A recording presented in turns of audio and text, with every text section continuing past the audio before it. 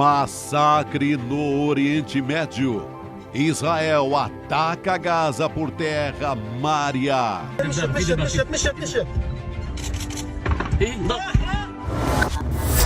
Hamas divulga vídeo de reféns israelenses. Elas criticam Netanyahu e pedem o fim da matança.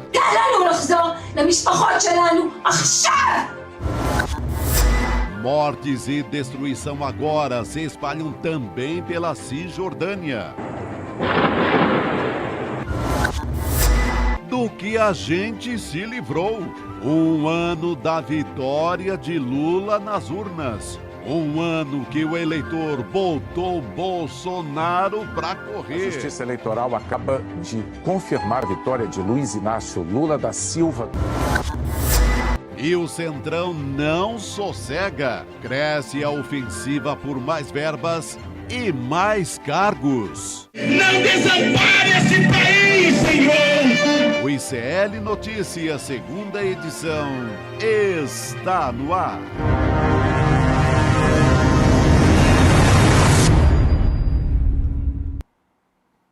Olá, boa noite, seja muito bem-vindo, seja muito bem-vinda. A ICL Notícias, segunda edição, está no ar. Boa noite para você que nos assiste agora nos canais do Instituto Conhecimento Liberta, também Eduardo Moreira no YouTube.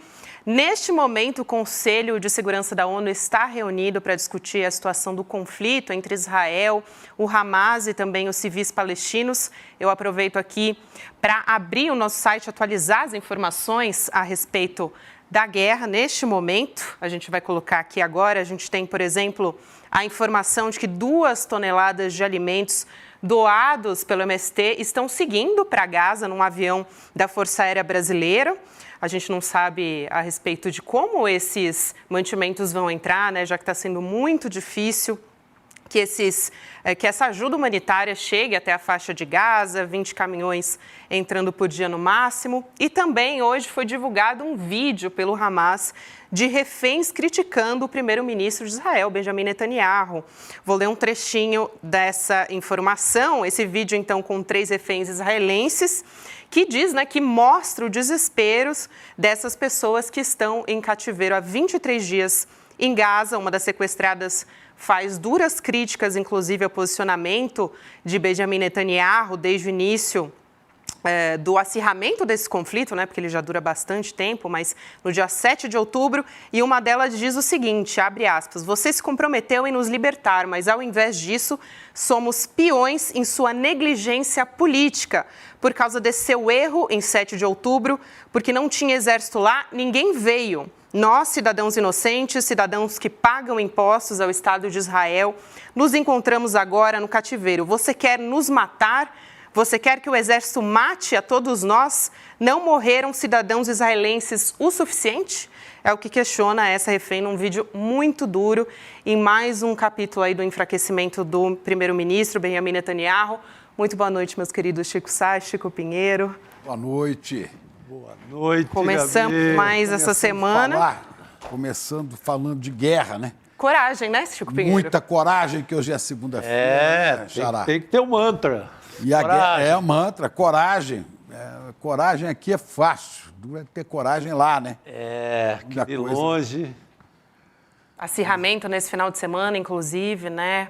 Operações em terra agora começando, a situação está cada vez pior para os palestinos, né? Pois é, Gabi, você falou há pouco aqui do Conselho de Segurança da ONU, que está reunido. O penúltimo dia, amanhã, o Brasil deixa a presidência do Conselho, o presidente vai ser a China, que vai presidir o Conselho. E o ministro das Relações Exteriores, o chanceler brasileiro, Mauro Vieira, fez há pouco um duro discurso, dizendo é uma vergonha que a gente não consegue dar uma resposta para o que está acontecendo. Uma catástrofe humanitária se desenvolve diante dos nossos olhos. Várias crianças estão morrendo. Desde a última vez que eu falei aqui no Conselho de Segurança, mais de 1.000 crianças morreram. É assim, né? E agora a coisa vai apertando em cima da população que está em Gaza, os palestinos. A TV turca fez uma animação, uma simulação de como é que está acontecendo esse ataque que a gente vai mostrar aqui. Isso ontem começou a aparecer nas redes digitais, né? Vamos ver aí. que é uma coisa terrível. Inclusive o Mauro Vieira, né, Chico, ele disse: nós falhamos miseravelmente. Foi uma das frases que ele... Foi muito forte, realmente, esse discurso Muitíssimo forte, né? Eu não sei se a gente tem aí. Bom, na hora que tiver, me avisa, a gente vai mostrar, né? Esse vídeo, né, que foi uma rede de TV turca, né, que transmitiu, mostrando... ele fez uma reconstrução dos ataques, né, Nós contra temos esse vídeo? os palestinos. A gente tem, mas a nossa produção ainda está separando. Aí, quando tiver no ponto, eu te aviso aqui e a gente coloca. Agora é essa situação. Agora nós vamos ver. Olha como é que está sendo atacada a faixa de Gaza. Essa área aqui é a faixa de Gaza. Ela está sendo atacada por terra, pelo ar e pelo mar. Isso é o norte de Gaza. Ó, isso é da TV turca. Então, olha, é mais ou menos assim que essas bombas estão caindo sobre a cidade, inclusive a cidade de Gaza, que é a maior, né, seria a capital dessa região. É uma região de 5 quilômetros nessa área, de 5 quilômetros de largura. Parece videogame, mas é real, né, Chico? Mas é real, né? Aqui é videogame, mas é assim que a coisa está acontecendo, né? Enquanto isso, há tanques entrando por aqui e há também mísseis sendo mandados de navios que estão ali no Mediterrâneo, sobre essa região. Esse é um muro que separa da parte sul de Gaza, onde estão todos aqueles que saíram da região norte de Gaza. Agora, olha que loucura, saíram de lá e os bombardeios começam, as pessoas, por ordem de Israel, desocupam essa região norte e vão por estradas que estão sendo bombardeadas por Israel. Então, são carros de civis saindo e sendo bombardeadas. Há vários interesses acima dos interesses humanitários. Olha aí a estrada. A estrada sendo bombardeada também, então as pessoas não podem passar, não podem sair. Quer dizer, as pessoas estão ali encantoadas, né? Sem poder ir, sem poder voltar, sem poder sair. Ontem uma fonte importante da diplomacia me disse, falei, bem, por que afinal não deixam as pessoas, e os brasileiros que estão na parte sul de Gaza, não deixam sair? Já disseram que o Egito teme que essas pessoas indo para o Egito vão superpovoar a área, que podem ir guerrilheiros do Hamas para lá e tal. Eu falei, não tem nada disso, o problema não é esse, Israel não deixa essas pessoas saírem. Como não deixam entrar, né, centenas de caminhões que estão carregados com alimentos, com medicamentos, com água. Como você disse, hoje o MST embarcou num avião da Força Aérea Brasileira 2 toneladas, 2.000 quilos de alimentos, né? Principalmente leite, leite e frutas e alimentos não perecíveis também para essa população. Mas não chega aí.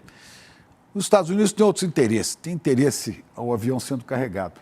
Os Estados Unidos têm os interesses aí da manutenção da sua aliança com Israel para ter um domínio sobre a região e propôs aquele apoio incondicional, né, do Joe Biden. E o Joe Biden também tem preocupações com a sua sucessão, com a política interna dos Estados Unidos.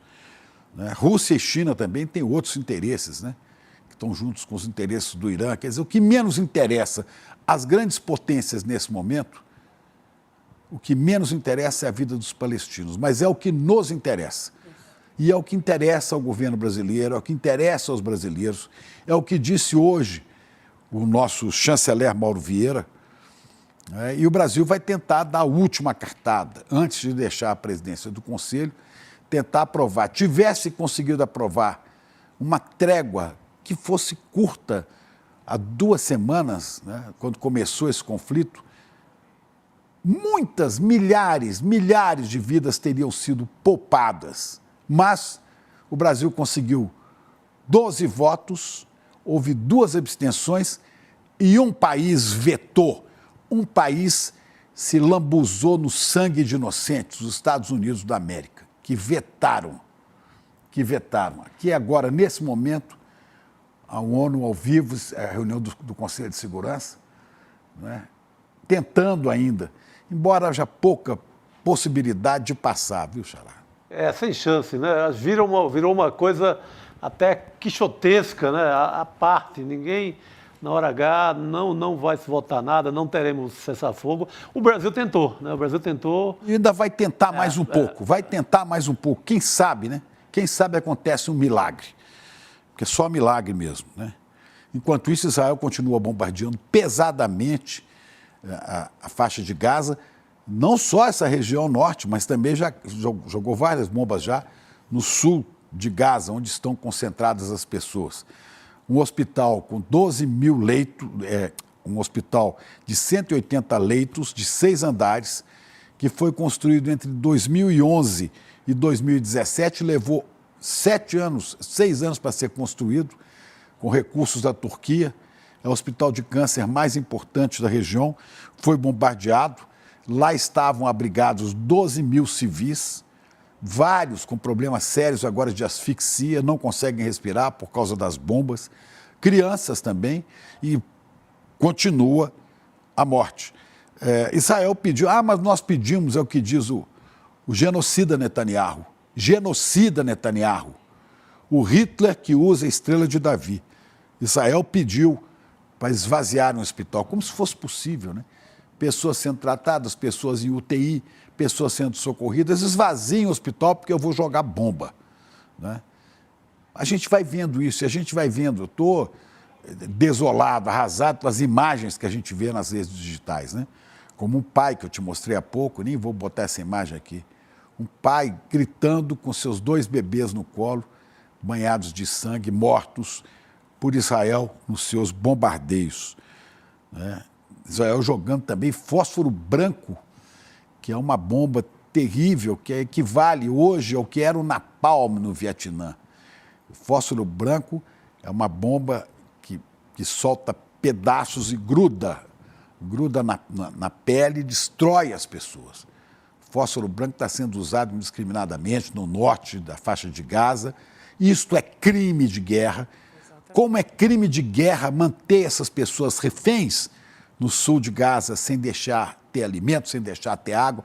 Quer dizer, Netanyahu está cometendo crimes e mais crimes de guerra aos olhos da humanidade, e a gente se sente completamente impotente, que ninguém pode parar, né, essa carnificina, esse genocídio. E ataques também acontecendo por terra na área palestina da Cisjordânia, onde não tem o Hamas, mas estão atacando também, porque parece que o objetivo, né, de Benjamin Netanyahu e sua turma é destruir o povo palestino e tomar todo o território para si, né? Hoje ele citou a Bíblia mais uma vez, né, dizendo, há tempo, acho que o Eclesiastes, né, há tempo de paz e há tempo de guerra. Agora nós estamos no tempo da guerra. Sempre estão no tempo da guerra, sempre estão no tempo da violência, do massacre. E não é de hoje que a população palestina sofre. E sofre com todo tipo de violência praticada por Israel, pelos seus líderes políticos, que são até rejeitados pela maioria dos israelenses, né? Para terminar, eu vou lembrar mais uma vez, mais uma imagem terrível que eu vi nesse fim de semana, de uma mãe desesperada, vendo os filhos mortos, pequenos, e ela estava cozinhando quando despejaram as bombas. E ela lamentava, olhava assustada e falava, eles morreram, mas eles não tiveram tempo de jantar, eles não tiveram tempo de comer, eles morreram sem comer. É impossível que a humanidade assista a isso, que esses senhores sentados em suas confortáveis cadeiras no Conselho de Segurança da ONU não se curvem a esse apelo urgente do ser humano. A maioria até que aceitou, mas não é possível que os donos da guerra, os Estados Unidos da América, continuem em silêncio diante de tanta atrocidade. Vamos seguindo, ao decorrer do jornal vão chegar outras informações, vamos ver se até lá, até o fim do jornal, já talvez tenha entrado em votação a proposta, a última tentativa brasileira de trazer um pouquinho de paz, de dar um pouco de tranquilidade para as famílias que estão ali, poderem deixar a região, poder receber quem for ficar alimentos, água e medicamentos. É isso. Vamos, é a nossa tarefa, Chico, está pesado. Respirar pesado. e seguir, respirar e seguir. E complementando o que você estava falando, Chico, a respeito das crianças, a Catherine Russell, que é diretora executiva do Unicef, agora há pouco deu uma informação de que mais de 420 crianças morrem ou ficam feridas todos os dias na faixa de Gaza. E ela disse o seguinte: o verdadeiro custo dessa última escalada será medido na vida das crianças. Realmente é muito horroroso o que está acontecendo com as crianças na faixa de Gaza, né? Elas são a principal vítima, o rosto das vítimas dessa guerra são as crianças. E a gente não cansa de repetir aqui, né, Chico? Não, é o pior de tudo, esse alvo, né? Quase um alvo preferencial. A meninada, a criançada ser o alvo disso.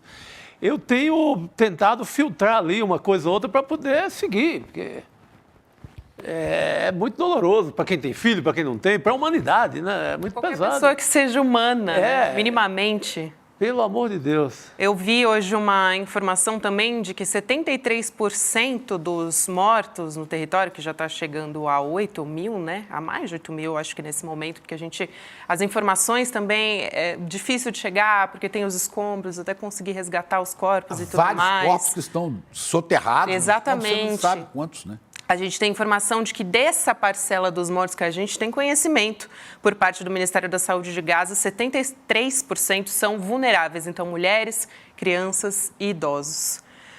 É difícil, gente. A situação em Gaza está gravíssima. As últimas 24 horas foram de intensos ataques pelo ar, por meio de terra também, com tanques avançando, e até pelo mar também. Só essa noite foram mais de 600 ataques. Imagens feitas por palestinos, que agora a gente está tendo acesso porque parte das telecomunicações voltaram a funcionar, mostram tanques de Israel em Gaza. O jornalista Youssef Al-Saif registrou o momento em que um tanque de Israel disparou contra um carro civil em Gaza. A gente tem, inclusive, um vídeo que mostra esse momento, esse que a gente está vendo na sua tela agora. Eu vou chamar para conversar com a gente a Anita Efraim, que é jornalista, coordenadora de comunicação do Instituto Brasil-Israel. Anita, minha amiga, boa noite. Se é que é possível, né, falar isso.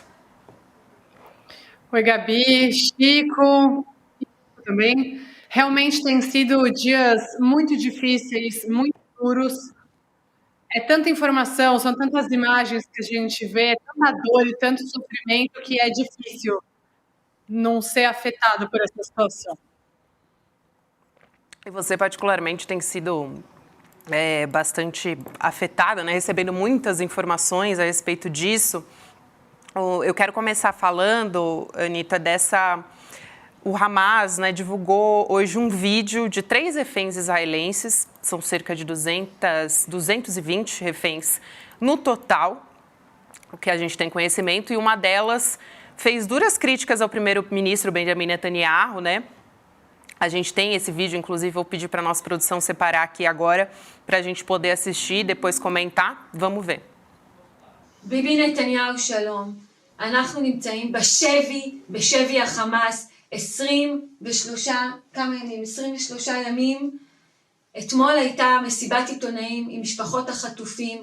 אנחנו יודעים שהייתה אמורה להיות הפסקת אש, היית אמור לשחרר את כולנו, התחייבת לשחרר את כולנו, ובמקום זה אנחנו נושאים במחדל הפוליטי, ביטחוני, צבאי, מדיני שלך, בגלל הפשלה הזאת שעשית ב7 לאוקטובר, בגלל שלא היה צבא שם, אף אחד לא הגיע, אף אחד לא שמר עלינו, ואנחנו אזרחים תמימים, אזרחים שמשלמים מיסים למדינת ישראל, נמצאים בשבי, בתנאים לא תנאים. אתה הורג אותנו, אתה תהרוג, אתה רוצה להרוג את כולנו, אתה רוצה עם צה"ל להרוג את כולנו, לא מספיק טבחת בכולם, לא מספיק אזרחים ישראלים נהרגו, שחרר אותנו עכשיו, שחרר את האזרחים שלהם, שחרר את האסירים שלהם, שחרר אותנו, שחרר את כולנו, תן לנו לחזור למשפחות שלנו עכשיו! Nossa, é um vídeo muito forte, né? O governo de Israel reconheceu essas 3 reféns, são a Yelena Trupanov, Daniele Aloni e Rimon Kirst. O governo classificou esse vídeo, né, como uma propaganda psicológica cruel. E Netanyahu também publicou uma informação no Twitter dizendo: dirijam-me às reféns, né, citou elas nominalmente, que foram sequestradas pelo Hamas, que comete crimes de guerra. Eu te abraço. Nossos corações estão com vocês e outros sequestrados. Estamos fazendo de tudo para trazer todas as pessoas sequestradas e desaparecidas para casa. Mas aí, durante o vídeo, elas falam, né, sobre uma espécie de troca, né, entre as pessoas que estão sendo feitas reféns pelo Hamas e os palestinos, né, que são os presos políticos que estão em Israel. Anitta, você acha que esse vídeo enfraquece ainda mais Benjamin Netanyahu? Como é que isso impacta nesse momento? Ele, inclusive, fez um pronunciamento hoje para a imprensa, né? Olha, Gabi, o que eu vou falar agora não é necessariamente a minha opinião, mas uma análise ampla sobre o que está acontecendo e alguns fatos que podem ser importantes para quem não conhece a história de Israel. Há alguns anos, um soldado foi sequestrado, o nome dele é Gilad Shalit, e fez-se uma campanha massiva durante os 5 anos que ele ficou sequestrado pelo Hamas para que Gilad Shalit fosse devolvido e levado a casa. Mais de 1.000 presos palestinos foram libertados e disse que, inclusive, alguns deles participaram do ato genocidário que aconteceu em Israel no dia 7 de outubro. Então, é difícil a gente falar sobre essa troca de reféns, porque o que eles querem, o Hamas quer, é trocar 240 pessoas que estão presas na faixa de Gaza por todos os presos que estão em Israel agora. E é impossível daqui a gente fazer uma avaliação sobre quem são todos esses presos. As vidas das pessoas envolvidas, dessas pessoas sequestradas, não deveriam ser mensuradas. Mas é difícil acreditar que Israel vai efetivamente libertar todas essas pessoas que o Hamas está demandando para libertar os israelenses. Vale dizer que hoje também uma soldada que estava feita como refém em Gaza foi libertada depois de uma incursão terrestre. Eu entendo que hoje as informações que a gente tem de Gaza são majoritariamente dadas pelo Hamas, mas o Hamas ainda é um grupo terrorista que sequestrou pessoas, e essas pessoas que a gente vê no vídeo, algumas que já foram libertadas, outras que a gente sabe que estão sequestradas, muitas são ativistas pela paz. Não são pessoas que ocupam a Cisjordânia, que hostilizam palestinos, não, são pessoas que são ativistas pela paz, que levavam pessoas de Gaza com câncer para tratar em hospitais israelenses. Então, esse é o desespero dessas pessoas. Netanyahu acabou.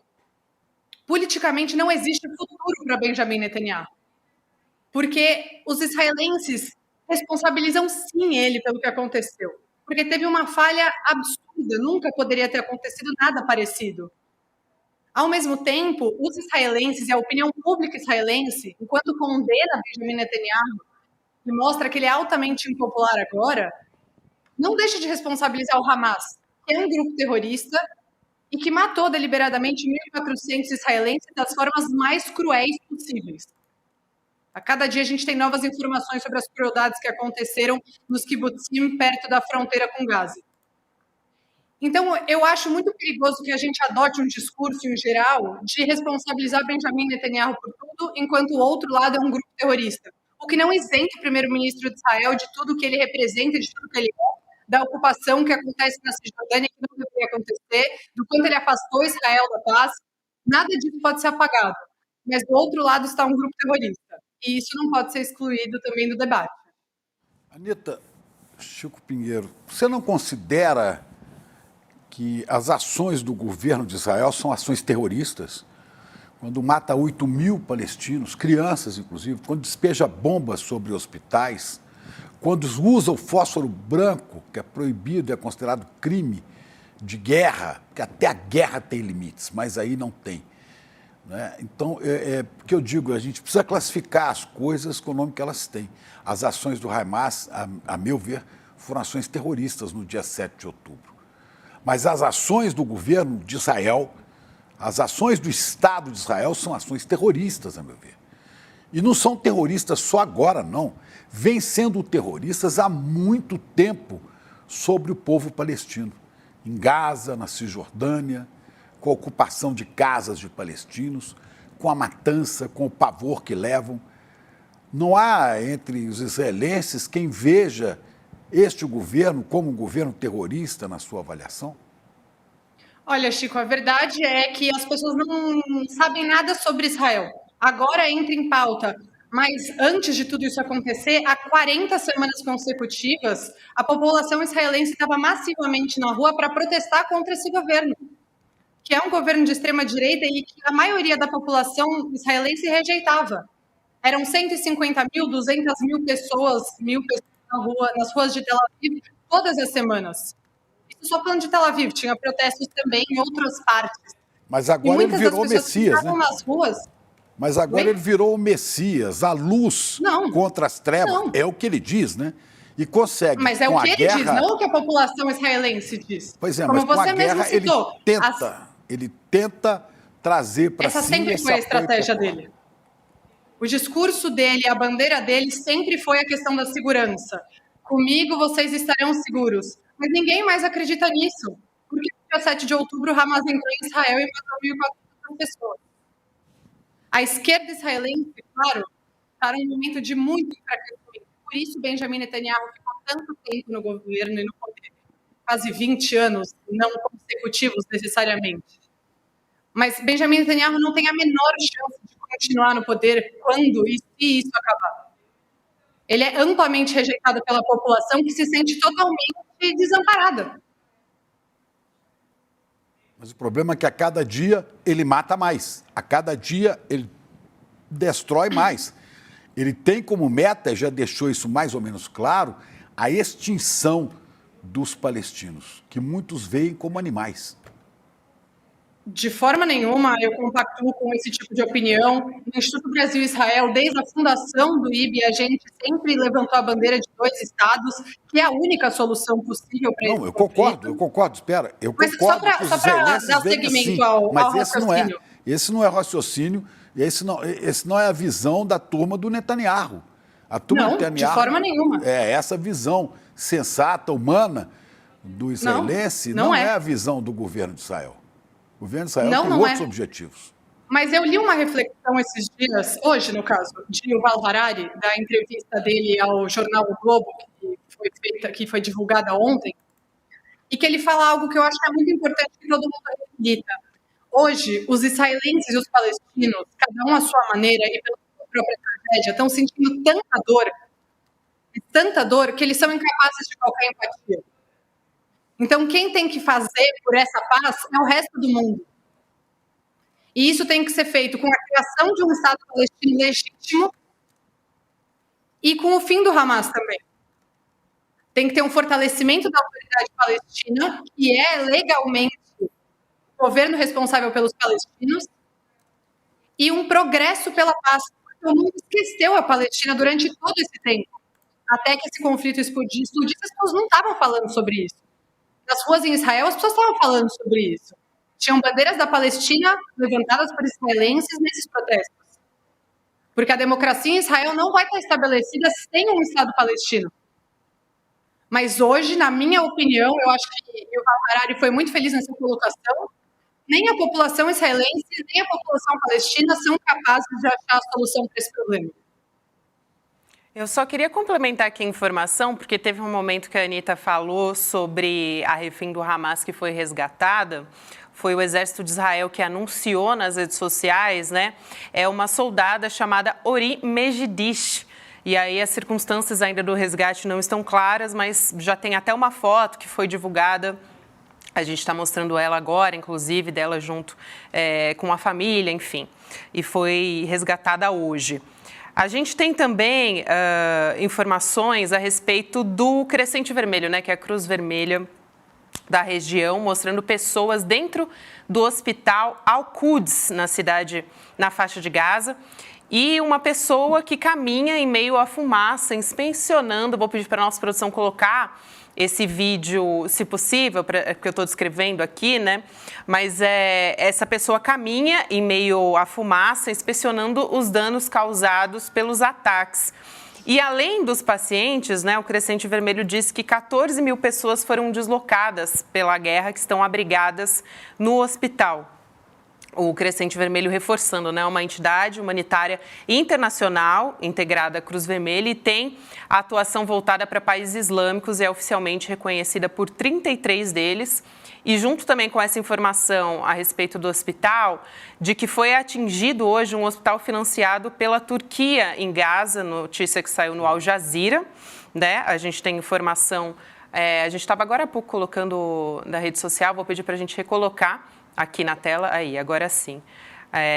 A gente tem as imagens, né, de como que ficou essa destruição desse hospital, que fica depois dessa ocupação, né, after the occupation, diz que o alvo foi o terceiro andar, né, o terceiro piso desse hospital que ficou todo completamente deteriorado, né? Também uma das questões que a gente traz aqui bastante é como os hospitais em Gaza estão sendo um alvo muito grande nessa guerra, né, Chico Sá? Porque tanto pela falta de energia, porque não consegue atender os pacientes, como também pelos próprios bombardeios, né? E há desconfiança, né, das tropas de Israel que os hospitais escondem, ou seja, no subsolo ou em outras dependências, escondem militantes do Hamas. Há também essa informação. Mas eu gostaria de perguntar, comentar com a Anita, a gente começou a ver muitas manifestações antissemitas no mundo inteiro, em consequência, óbvio, dos ataques aos palestinos, e tivemos uma que eu julgo mais grave, agora no Daquestão, não é isso o nome?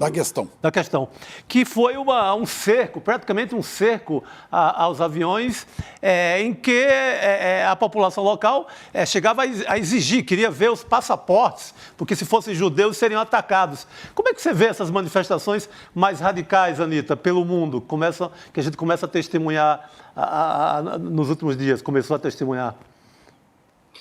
Chico, é muito triste observar isso acontecendo e não precisa ir tão longe, né? No Brasil, a gente também tem muitas manifestações antissemitas acontecendo. Eu tomaria um pouco de cuidado com a palavra consequência, porque não tem como eu, que moro no Brasil e não tenho qualquer relação com o que está acontecendo lá, relação prática, né? Sim. Ver que a minha relação com o meu país e com as pessoas que moram aqui, que estão ao meu redor, está sendo afetada em consequência da governo de Israel. Eu não gosto muito dessa palavra, então acho que a gente pode tomar um pouquinho de cuidado em relação a essa correlação. Ótimo, entendi, sim. Mas é muito preocupante, de verdade. Eu acho que o antissemitismo, ele é muito... Em qualquer terreno, o antissemitismo, ele é fértil.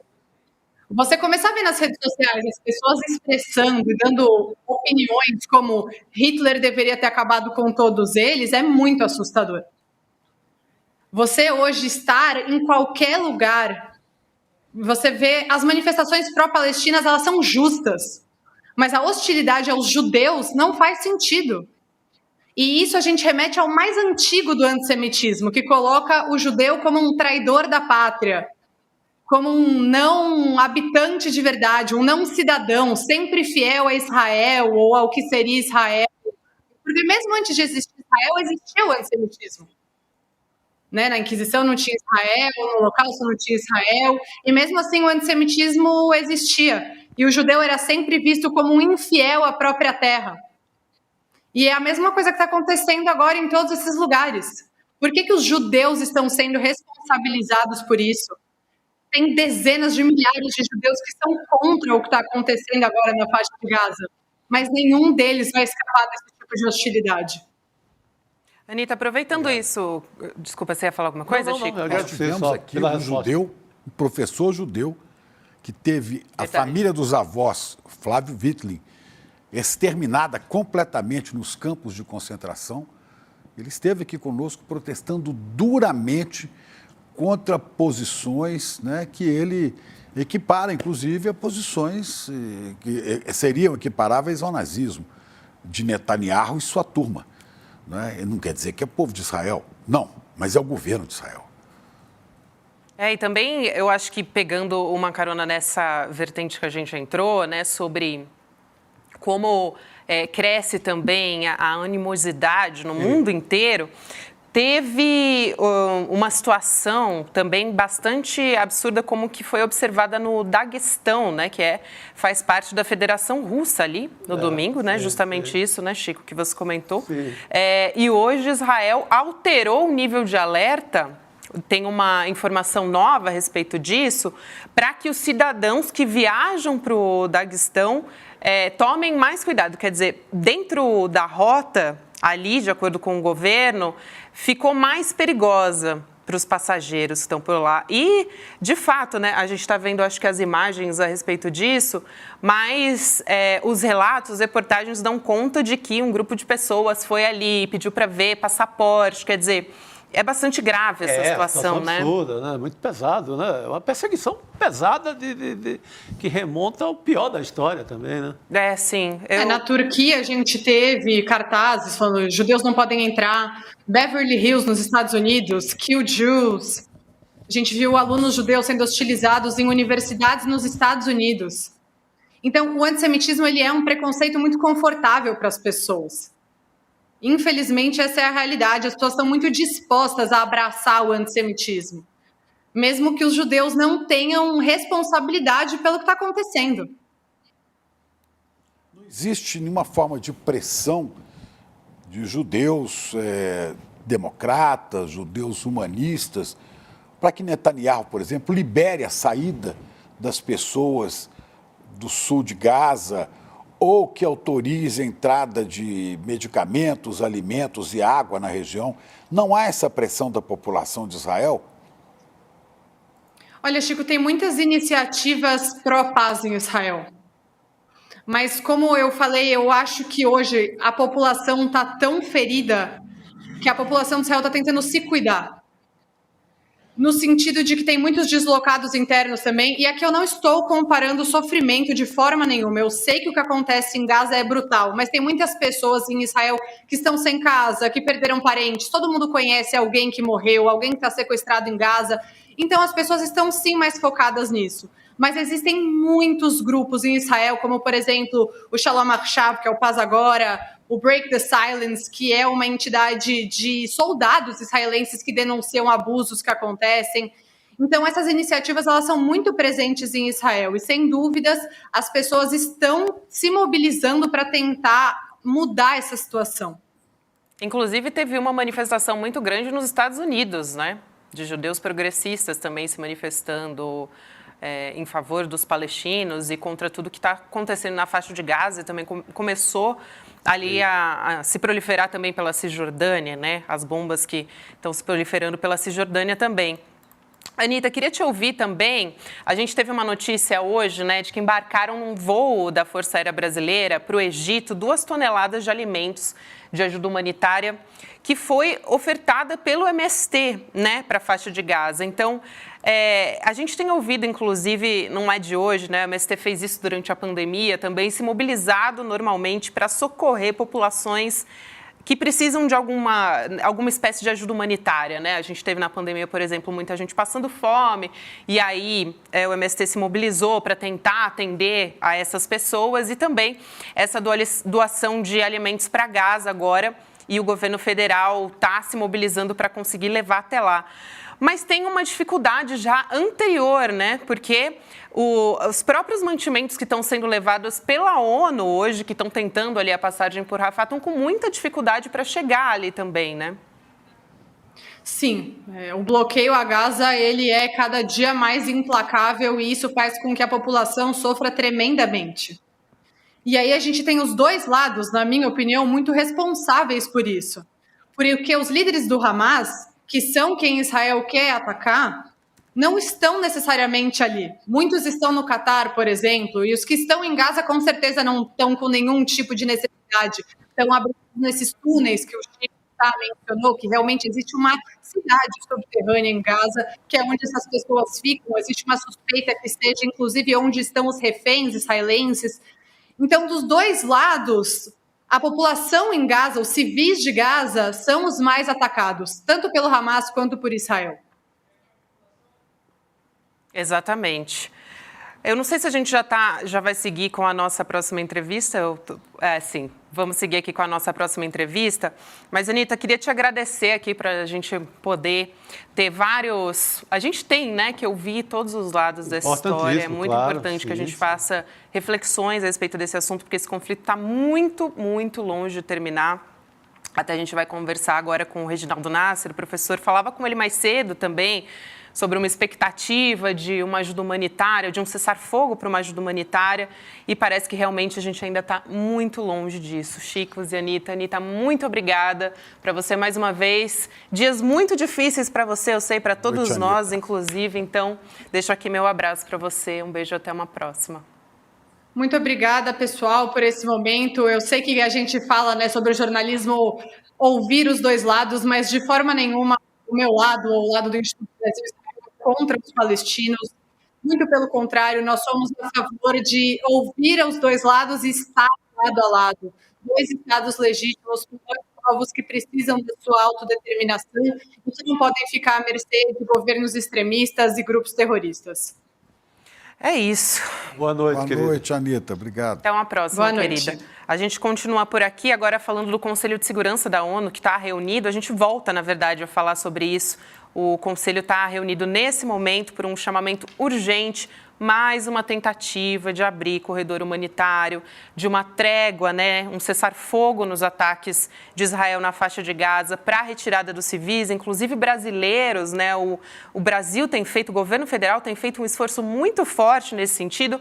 E essa é a penúltima sessão que o Brasil preside, isso se chamar uma reunião urgente para amanhã também, porque a partir do dia 1º, né, Chico Pinheiro, a gente depois da manhã, já o Brasil tem a China assumindo essa posição. Deixa a presidência para a China. Exatamente. Então, a partir do dia 1º, a China assume a chefia do órgão, mas enquanto isso, a gente continua acompanhando as discussões por lá. Como disse o Chico, Mauro Vieira fez uma fala muito forte, dizendo: todos nós falhamos em conseguir um cessar-fogo, em conseguir ajuda aos civis palestinos que estão sofrendo cada dia mais. Eu vou chamar o professor Reginaldo Nasser para conversar com a gente. Ele que é professor de Relações Internacionais da PUC São Paulo. Conversei com o professor mais cedo, mais uma vez ele aqui.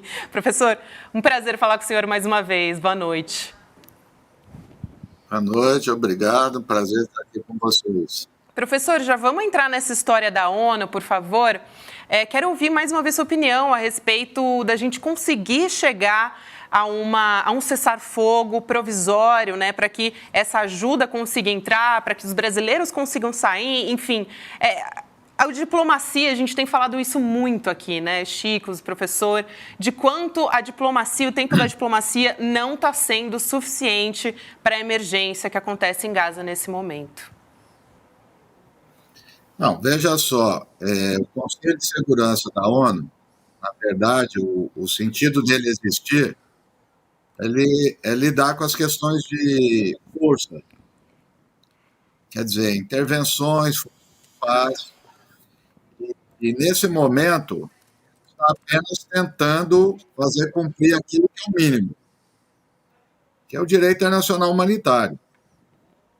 Nem isso se consegue. E o caso mais específico, que envolve a ação de Israel, os Estados Unidos, só para ter uma ideia, durante toda a história do Conselho de Segurança da ONU, há 80 vetos dos Estados Unidos, sendo que 40 em relação ao tema Israel. Portanto, vamos ter mais veto. E a diplomacia não vai estar nesse nicho, não vai estar nesse espaço. Ela vai estar em outro lugar, que são os países árabes ali da região, principalmente o Catar. E por que o Catar? Porque o Catar tem um diálogo com Israel e com o Hamas. Aliás, as lideranças do Hamas estão no Catar. E, portanto, é o ator mais credenciado para fazer isso. Aliás, alguns já têm dito que os reféns que estão saindo é devido à ação do Catar. E esse final de semana, um dirigente do Mossad, que é o Serviço de Inteligência de Israel, esteve com as autoridades do Catar. Então, é por ali que vai sair alguma coisa. Professor, agora que a gente tá observando aí, né? O Conselho de Segurança da ONU, ele se mostra inútil, né? Inútil na medida em que qualquer decisão está sujeita a veto de interesses que nem são exatamente os da guerra, né? Quer dizer, nem são exatamente interesses do povo palestino e do povo israelense. O senhor veja, 12 votos a favor daquela resolução do Brasil, que era abrir um corredor humanitário, né? Era permitir a chegada de alimentos, medicamentos e água.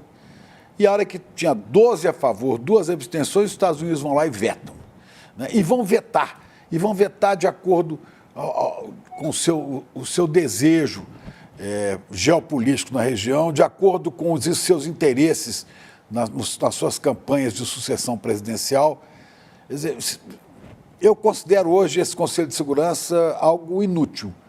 O senhor acha que tem sentido ainda manter? Não, veja só, tem duas coisas aí.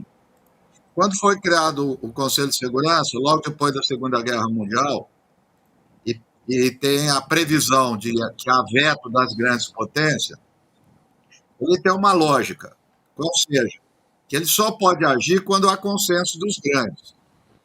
Porque se não houver consenso entre os grandes, o risco é grande. Todavia, durante todos esses anos de existência, outros países começaram a aparecer no cenário internacional.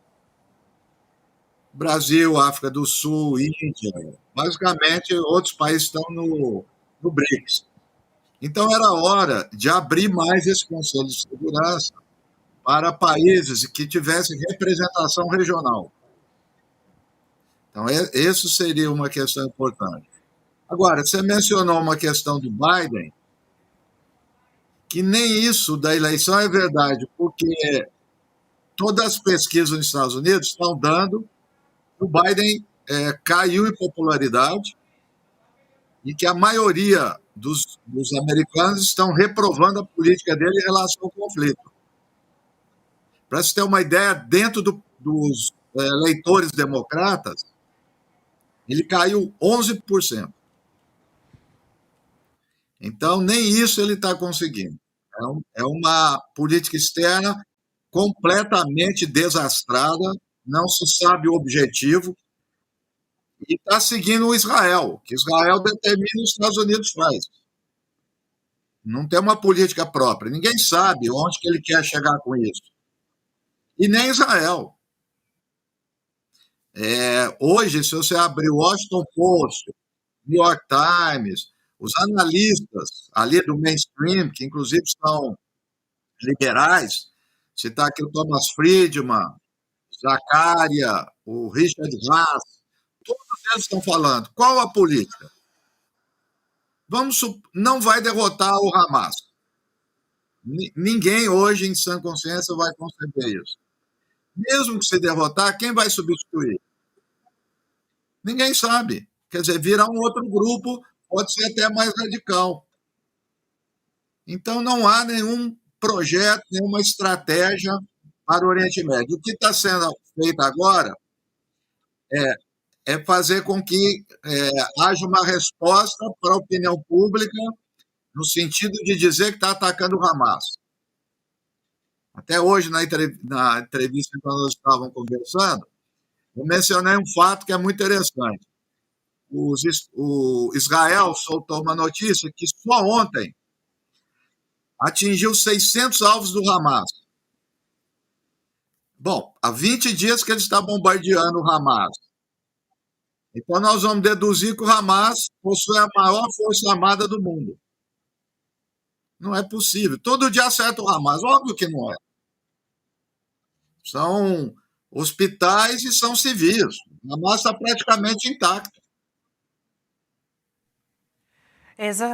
Professor, tem uma outra questão que eu queria trazer aqui. A nossa produção fez uma arte que eu acho muito interessante para a gente dar uma olhada, para a gente contextualizar de forma histórica, como nos últimos 15 anos, desde 2007, quando impôs um bloqueio, Israel atacou Gaza 6 vezes. A gente tem aqui as ofensivas de Israel contra Gaza nos últimos 15 anos. Então, em 2008, as forças de Israel invadiram Gaza para matar combatentes do Hamas.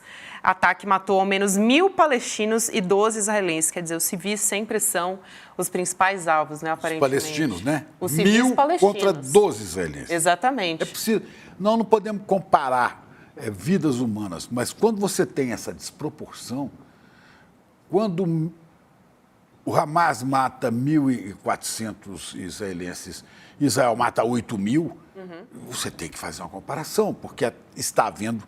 A resposta é um massacre. Então, 2008, continue, por favor. Não, é acachapante, né, Chico? É importante mesmo continuar. A gente sublinhar, né, esses dados que a gente tem aqui. Aí a gente tem 2012, Israel realizando ataques aéreos em Gaza por 8 dias seguidos, matando um dos líderes do Hamas e 180 pessoas. 2014, ataques aéreos de Israel mataram mais de 2,1 mil palestinos e 6 civis israelenses. Mais uma vez, a gente aponta a diferença de desproporção. 2014, 2.000 palestinos.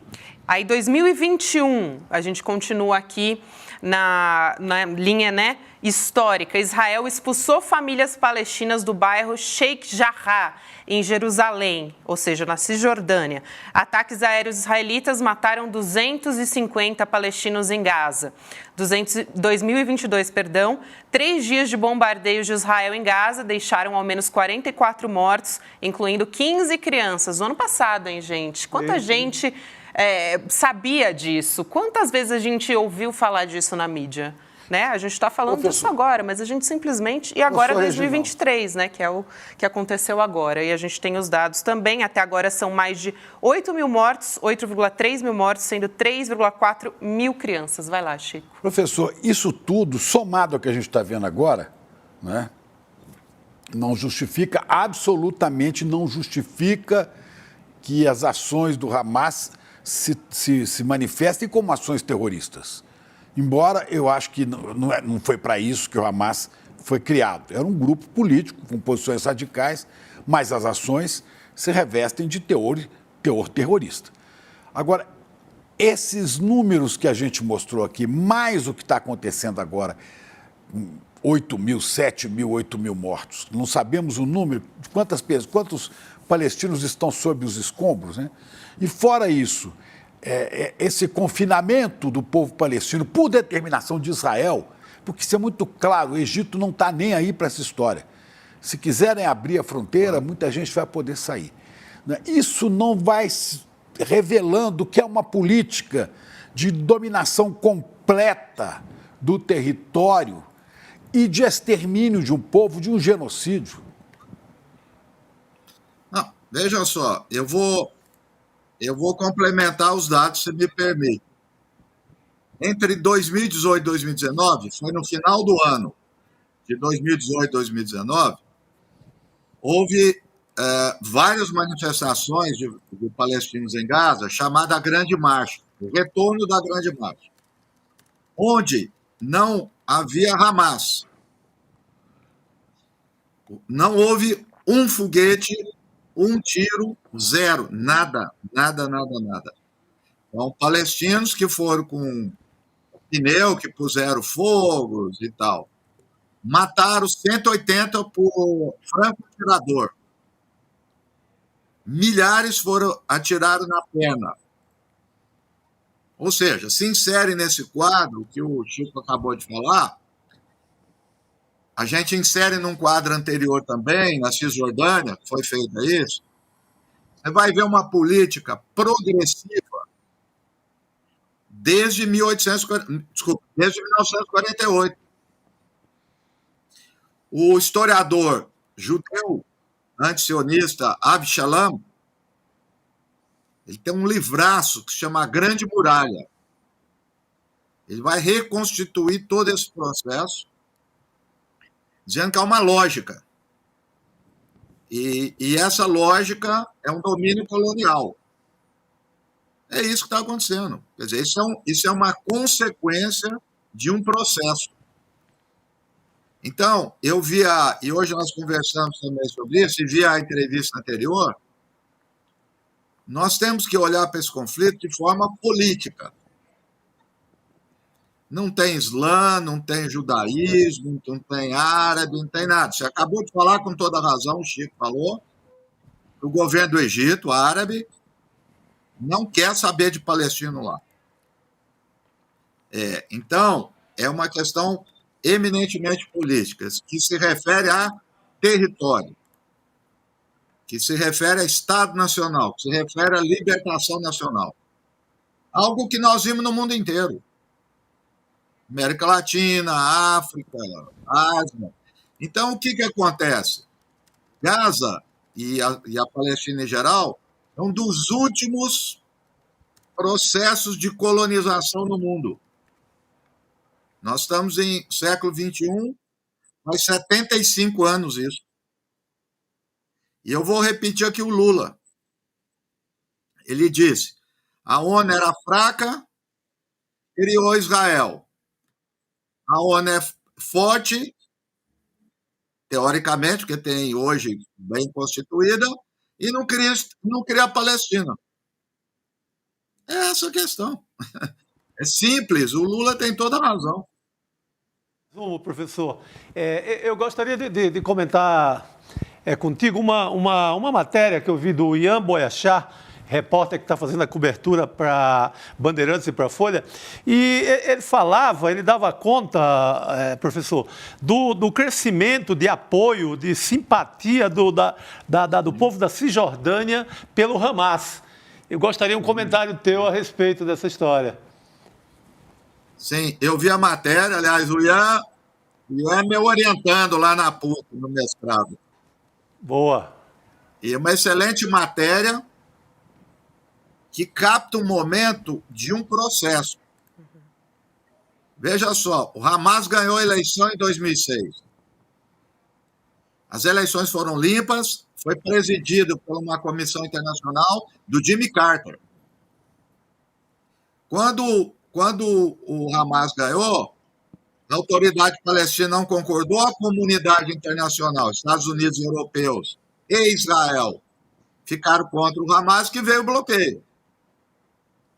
Muito bem, de lá para cá, quem é a entidade armada que aparece como defensor dos palestinos? O Hamas. Em tempos de paz, o Hamas é mal avaliado, porque é a hora dele administrar. Então, ele exerce uma repressão brutal aos palestinos, não administra adequadamente, enfim. E agora, quando aparece o conflito, a autoridade palestina não tem força armada, aparece como traidor, que é a reportagem do Ian. Exato. E isso na Cisjordânia, onde teoricamente o Hamas seria mais fraco. Então, ou seja, é por isso que a gente estava dizendo, além de não derrotar militarmente, o pior é politicamente, porque eles vão crescer. Então nós vamos ter aí o quê? 8 mil agora, 10 mil, 12 mil, 15 mil mortos. Aí nós vamos perguntar para os irmãos, pais, mães, etc., o que eles acham de Israel e a quem vai defendê-los. É essa a questão. Então, uma política completamente errada. Agora, veja só, Chico. Errada se quiser derrotar o Hamas. Quem diz que o Netanyahu quer? E aqui está, não sou eu que estou falando, é o Haaretz. O Haaretz pôs no dia 8 de outubro, na primeira página, uma declaração do Netanyahu em 2019 falando para o partido dele. Quem não quiser criar o Estado palestino como nós, devemos apoiar o Hamas. Tá? Entre aspas, e o Netanyahu não contestou. Tem também, professor, os ataques em Jenin. Agora há pouco, né, o senhor citou a Cisjordânia, então justamente queria falar sobre isso, né? Não está se limitando a Gaza. O campo de refugiados lá em Jenin, na Cisjordânia, tem sido atacado diariamente. Queria pedir para a nossa produção colocar um mapa aqui para a gente poder ajudar a audiência, a todo mundo que está nos acompanhando, né? Identificar onde fica ali na Cisjordânia, tá vendo? Agora o mapa ali na parte de cima é onde fica Jenin, o campo de refugiados que vem sendo atacado ali na Cisjordânia. Heloísa Vilela esteve lá, nossa correspondente no Oriente Médio. Também em Jerusalém e em Ramallah foram os lugares que ela visitou. Que não tem nada a ver com a faixa de Gaza, né? Que está ali na esquerda, bem no extremo, na parte de baixo, ali faz divisa com o Egito e por onde a entrada é Rafah, que a gente tem conversado para ajuda humanitária, né? Que a gente tanto tem insistido aqui todos os dias que precisa entrar. Hoje o exército matou 4 palestinos, também foram destruídos o portão de entrada da cidade. A Elô Vilela veio aqui, para quem está nos acompanhando diariamente, até viu as imagens, a gente está colocando agora, a chave. Essa chave que a Elô visitou foi completamente destruída. Antes desses bombardeios, a Elô também chegou a mostrar esses monumentos ainda de pé. O exército israelense também destruiu um outro símbolo que a Elô trouxe imagens para a gente, que é um símbolo, um símbolo de resistência dos palestinos, um cavalo feito com a sucata de ambulâncias que foram destruídas em bombardeios.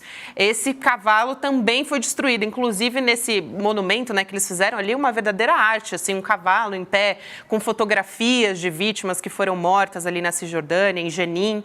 Desde o começo da guerra, do conflito ali, que se intensificou a partir do dia 7 de outubro, 13 palestinos morreram e outros 75 ficaram feridos no campo de Jenin, isso de acordo com informações do canal Al Jazeera.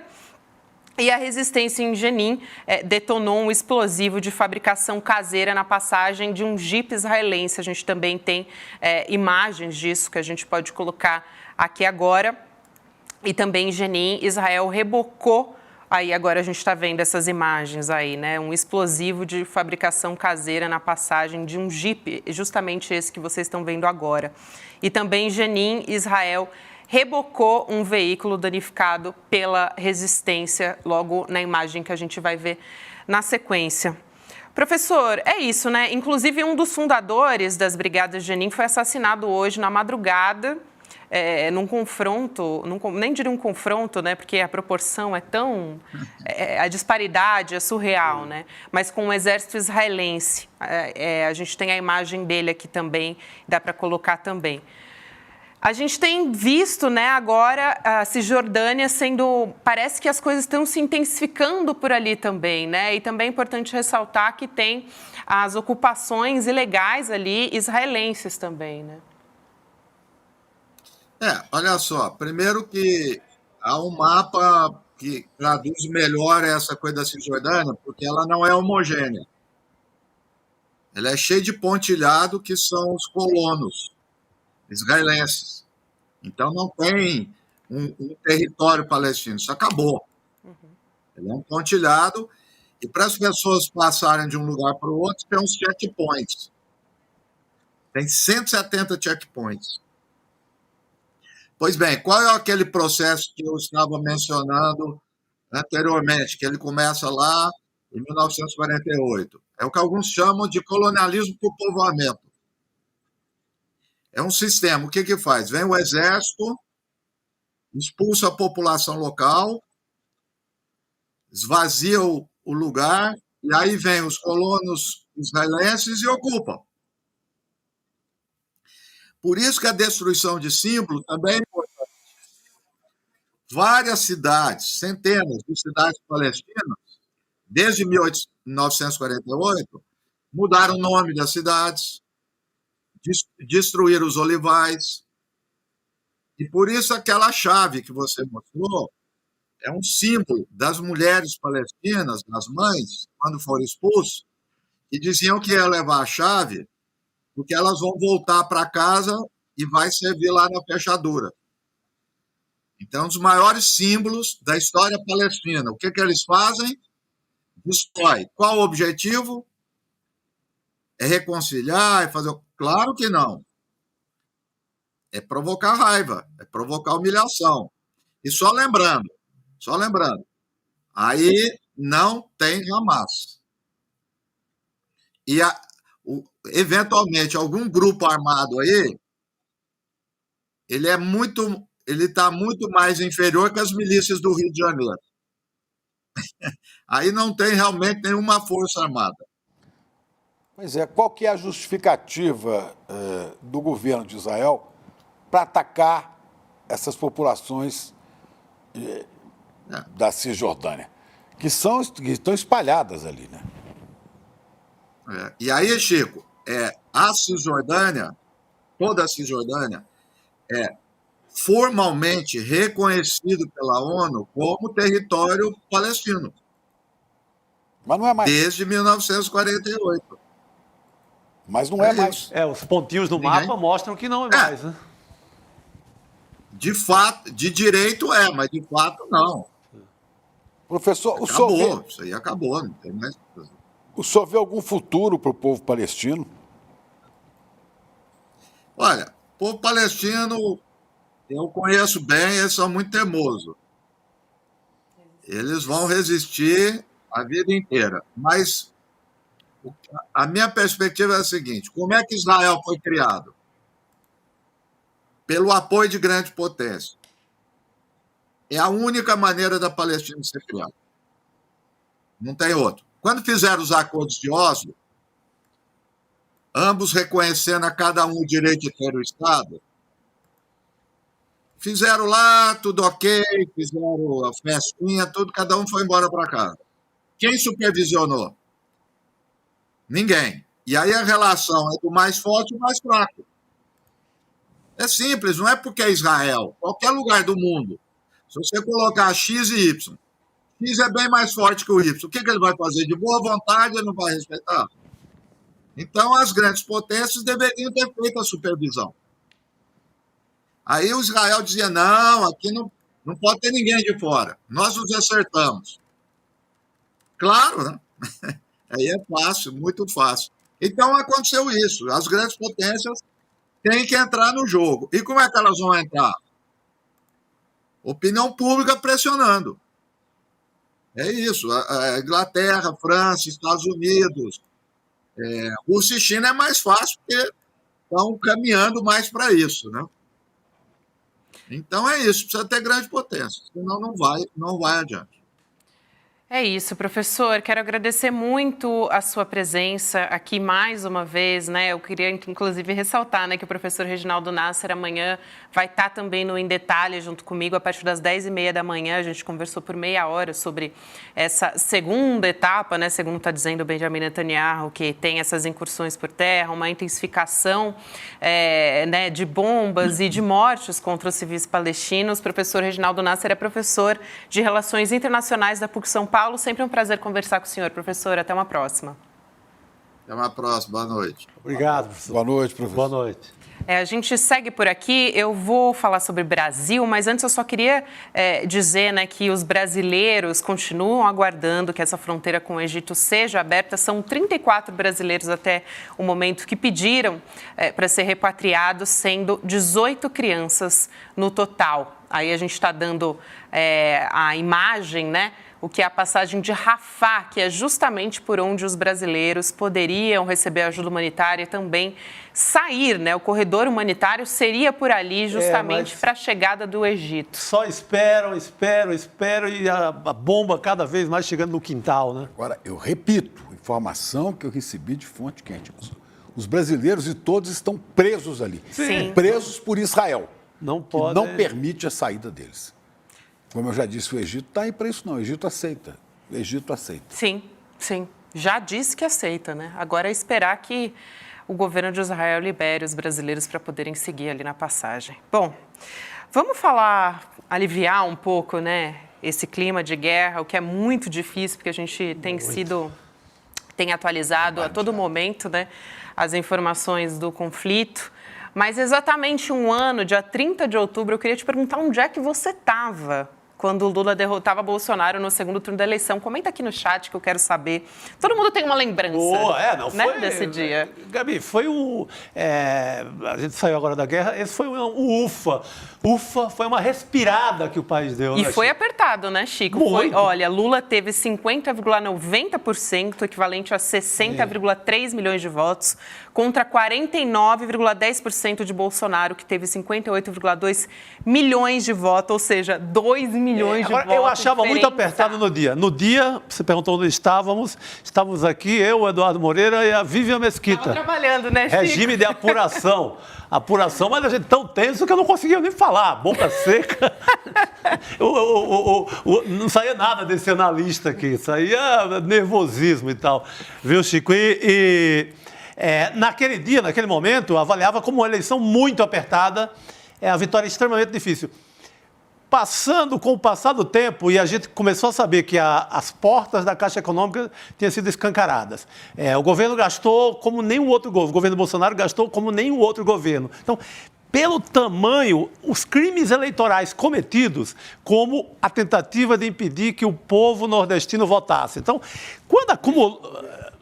Lembra dessa história, né? Quando a gente tem ali o apurado de tentativas de impedir voto, quando a gente vê que o dinheiro público foi gasto assim como nunca na história, você passa a ter outro entendimento. Não foi apertado, foi uma grande vitória.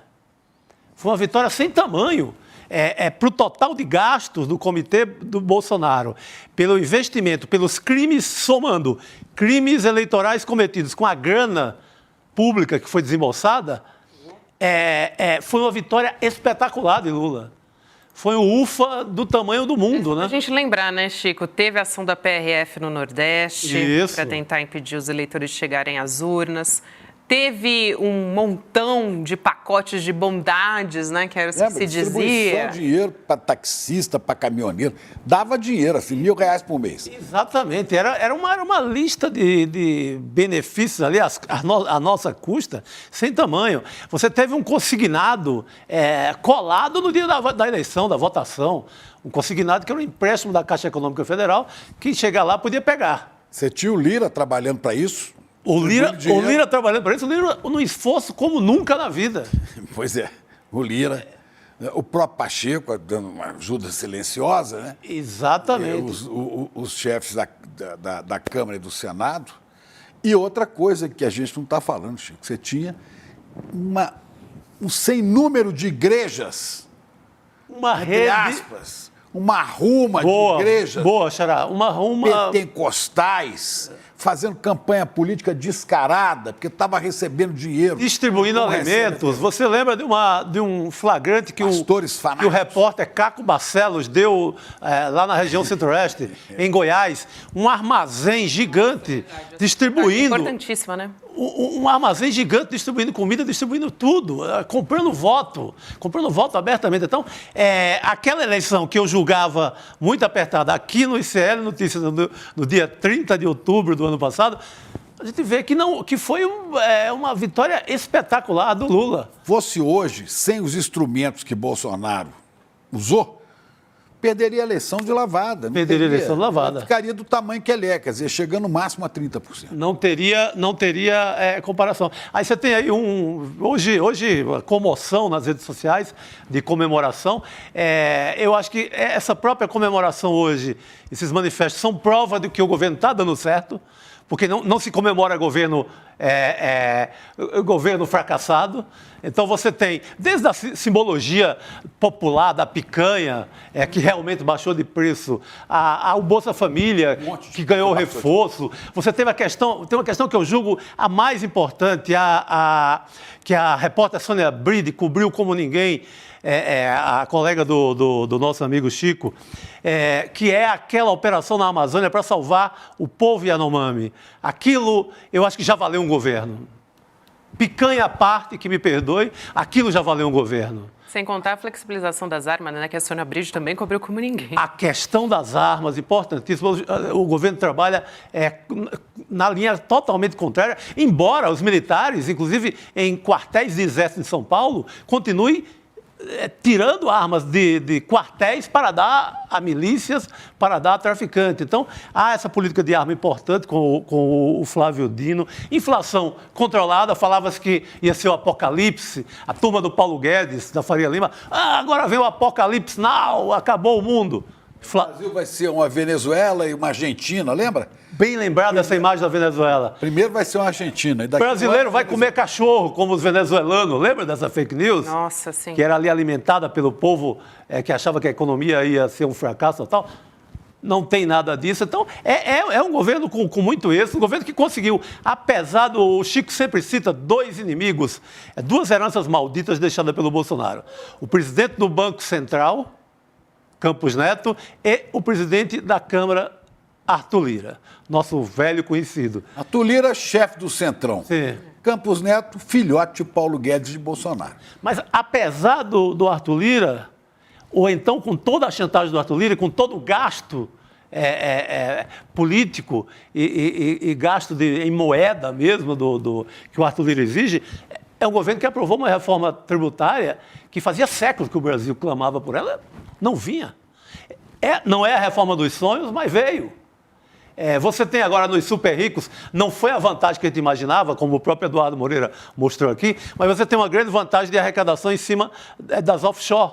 Da offshore, que inclusive é uma marca do próprio Paulo Guedes e do Campos Neto, que são possuidores desse tipo de lá fora.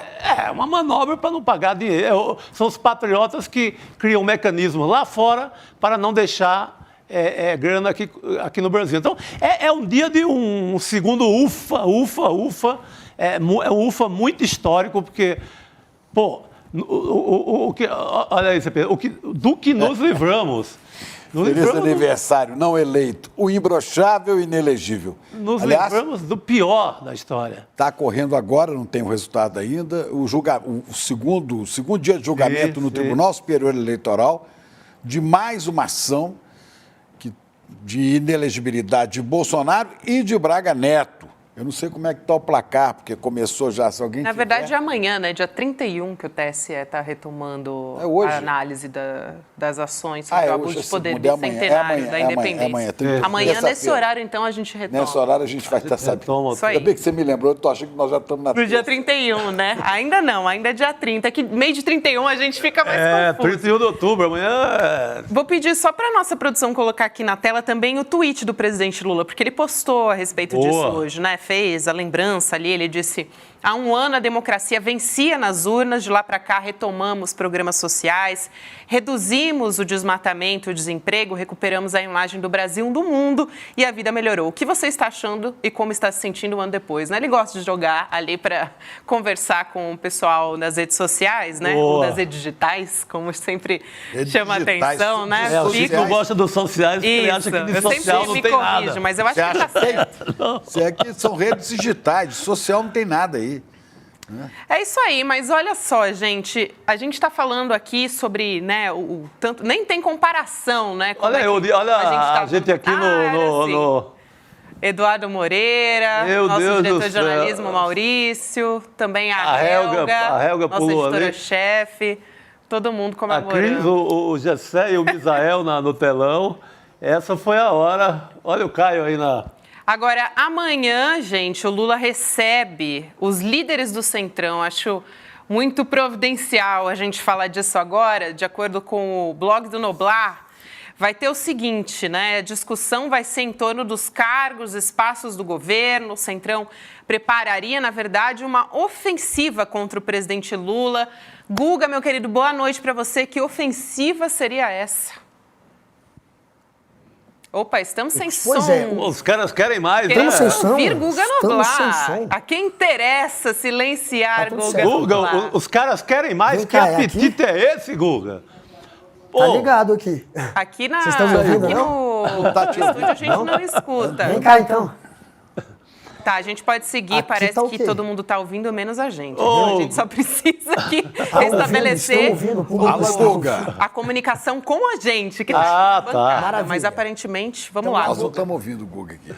Vamos lá. Então lá vou eu, gente. Pois é, o Centrão, como sempre, tem um estômago muito grande, né? Eles querem sempre levar demais, eles têm os olhos grandes também. E o Centrão, claro, está ávido por mais espaço no governo Lula. Depois de conseguir a superintendência e a presidência da Caixa Econômica Federal, foi a vez de irem atrás da Funasa. Então amanhã vai ter uma reunião entre o Lula e o Centrão, e nesta reunião, sim, o Lula vai ser cobrado quanto à Funasa, Fundação Nacional da Saúde, ela que tinha sido extinta ainda no governo Lula, mas que foi recriada durante a MP que reestruturou os ministérios do governo Lula. Então foi recriada a Funasa, mas não tem ainda um presidente ali. E o Centrão briga entre eles. Claro que tem uma competição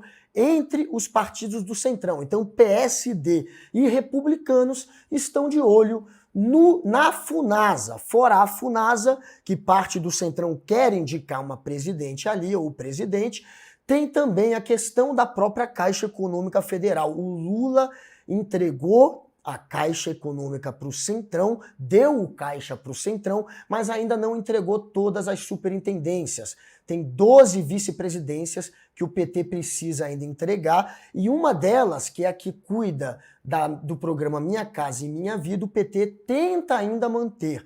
Então ainda está se arrastando essa questão, principalmente dessa superintendência, que é a de habitação, que lida com o programa Minha Caixa Minha Vida. Então tem Funasa, que está no cardápio de pedidos, como eu expliquei há pouco, do Centrão para o Lula amanhã, tem as superintendências da Caixa Econômica Federal, e é claro que tem emenda parlamentar. O Centrão quer sempre mais dinheiro, eles querem mais emenda. Então agora a tática do Centrão é tentar tornar impositivo, obrigatório, o pagamento da emenda de comissão. Existe a emenda de relator, existe a emenda parlamentar, existe a emenda de bancada, a emenda parlamentar e de bancada, elas são impositivas. E a de comissão, que não é impositiva. O governo paga se achar que deve e se achar que vai para onde deve ir. Mas agora, claro, lá no Senado e também depois na Câmara, eles estão vindo com essa, de querer tornar obrigatório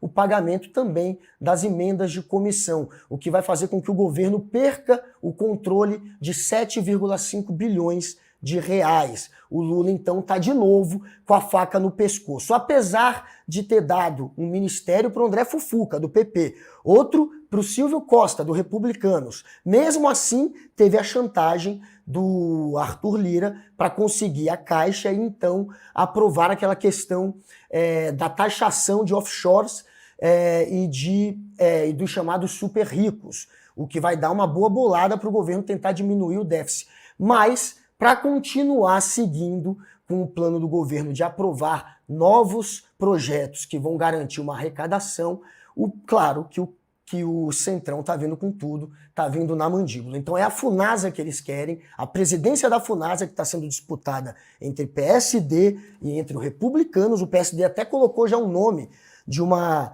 presidente interina na Funasa, o que criou até um ruído com os Republicanos.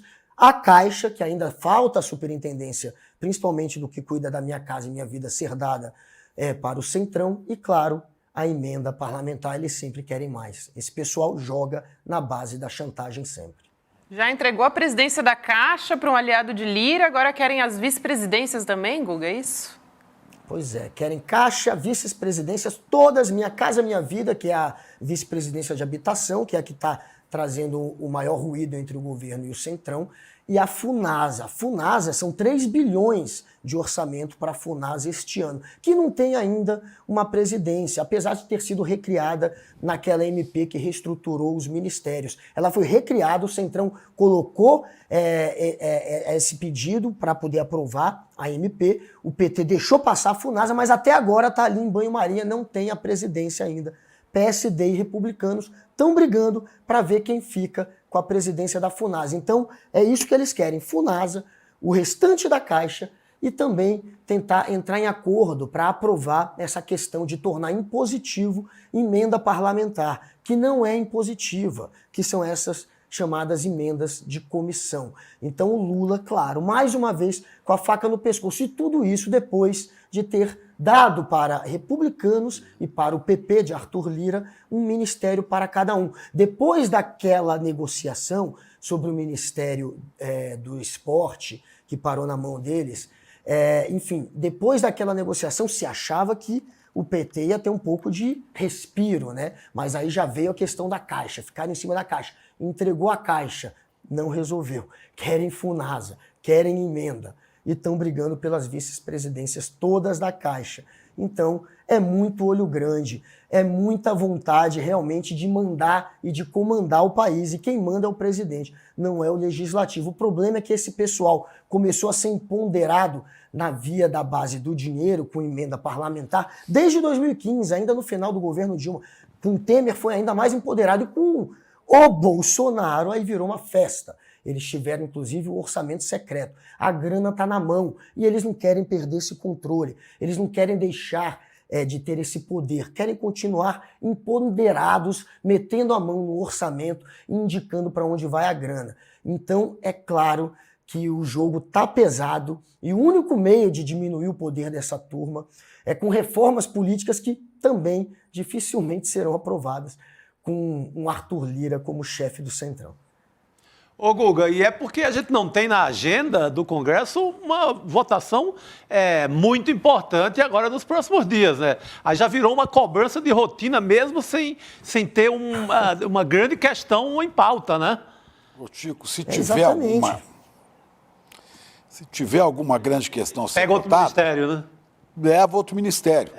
Quer dizer, isso aí é o resultado, eu digo, da falta de educação, gente, falta de educação política das pessoas. O governo Lula precisa se preocupar muito e precisava ligar suas ações, seus ministérios, para fazer educação política, para discutir isso nas comunidades. Porque senão esse povo vai ser reeleito. Quer dizer, hoje é o Arthur Lira, amanhã é um Eduardo Cunha da vida.